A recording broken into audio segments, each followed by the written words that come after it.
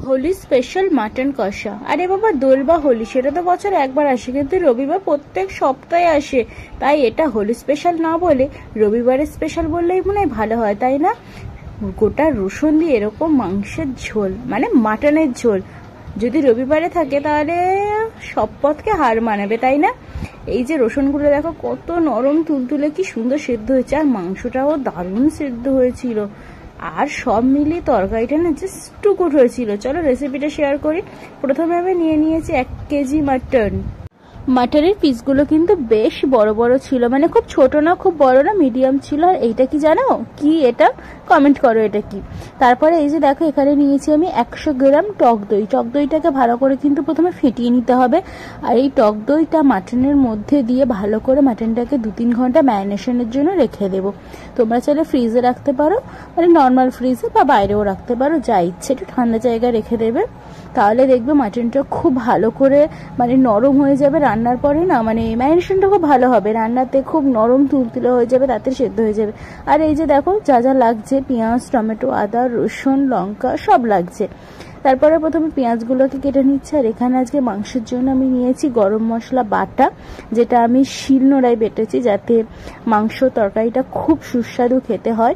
শিলনোড়ার বাটা মশলা তো জানোই, একটা আলাদা টেস্ট। এই যে এখানে রয়েছে আদা বাটা, এখানে রয়েছে শুকনো লঙ্কা, জিরে, ধনে সব বাটা মশলা একসাথে বেটে রেখেছি। এখানে কাঁচা লঙ্কা রয়েছে, এখানে রয়েছে রসুন বাটা, এখানে তো ফোড়নের জন্য রয়েছে গোটা গরম মশলা, শুকনো লঙ্কা, গোটা ফোড়ন নিয়েছি। এই যে গরম মশলা বাটা, এটার মধ্যে রয়েছে দারচিনির যে কাঠ, এলাচ, লবঙ্গ, আর কয়েকটা গোলমরিচ দিয়েছিলাম। এখানে মাংসতে একটু চিনি লাগবে, আর গোটা রসুন তো অবশ্যই, আর একটু বেশি করে টমেটোও দেবো। টমেটো দিলে বেশ ভালো একটা গ্রেভি হবে। আর দেখো বড় বড় সাইজ করে নিয়েছি আলু, আর এখানে বেশ পেঁয়াজ রয়েছে বড় বাটির 1 বাটির মতো, মানে একটা মিডিয়াম সাইজের বাটি, খুব ছোট না খুব বড় না। আজকের প্রথমে মাংসটা কিন্তু আমি সর্ষের তেলেই করবো। প্রথমে আলুগুলো আমি জাস্ট সাদা তেলে ভেজে নিচ্ছি। তোমরা চাইলে আলুগুলোকেও পুরো সর্ষের তেলে ভাজতে পারো, আমি আলুগুলোকে প্রথমে একটু সাদা তেলেই ভেজে নিচ্ছি।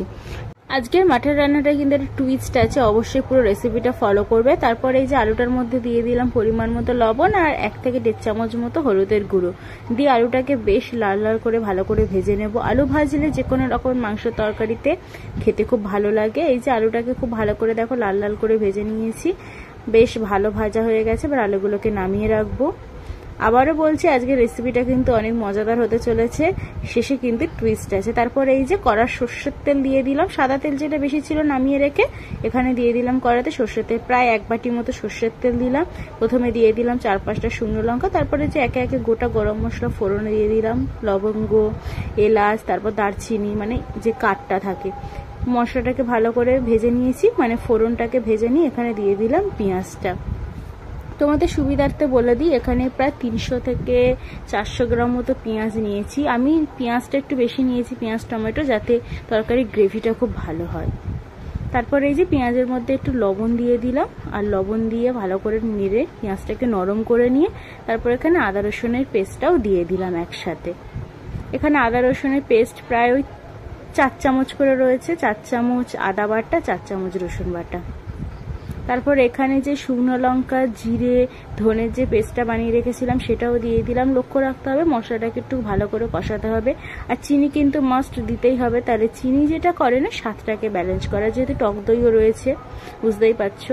মশলা ভালো করে কষিয়ে নিয়ে এখানে মাংসটাকে দিয়ে দিচ্ছি। আমি লাইফের প্রথমবার মাটন রান্না করছি, তোমরা একবার এইভাবে রান্না করে দেখতে পারো, অবশ্যই তোমাদেরও ভালো লাগবে। সত্যি বলতে আমার চ্যানেলে এই 2 বছরের আমার একটা চ্যানেল, সেই 2 বছরে প্রথমবার আমি তোমাদের সাথে মাটনের রেসিপি শেয়ার করছি। তার মানে বুঝতেই পারছো মাটন আমাদের বাড়িতে একদম রান্না করা হয়ই না। মাংসটা দিয়ে খুব ভালো করে কষিয়ে নেওয়ার পর এখানে দিয়ে দিলাম লবণ, যতটা পরিমাণে লবণ দরকার ছিল আমি দিয়ে দিলাম আন্দাজ করে। লবণ দিয়ে ভালো করে ঢেকে রেখেছি, ঢাকাটা খুলে এবার টমেটোটা দিয়ে দিলাম। খুব ভালো করে কষাতে হবে, কষাতে কষাতে মাংসের জল একদম শুকিয়ে যাবে। এই যে বারবার করে ঢাকা দিয়ে দিয়ে রান্নাটা করতে হবে। আর এখানে আমি একটু আঠা মাখিয়ে নেব। ওই যে বললাম না রান্নাটা টুইস্ট আছে, আজকে রেসিপিটা কিন্তু ভীষণই মজাদার হতে চলেছে। দেখতে পাচ্ছ কত জল বেরিয়েছে। তাও কিন্তু দইয়ের জলটা আমি দিইনি। আর এই যে দেখো হাঁড়ির পিছনে মাখিয়ে রেখেছি ছাই, এই হাঁড়িটাতে করেই আজকের মাটনটা আমি রান্না করব শেষে। ওই যে বললাম টুইস্ট আছে, মাটনটাকে কিন্তু আরও আমি সুন্দর করে কষিয়ে নেবো, আরও কষাবো। বেশ দেখতে পাচ্ছ কালারটা কি দারুণ এসছে না, পুরো ঝাল ঝাল লাল লাল একটা কালার।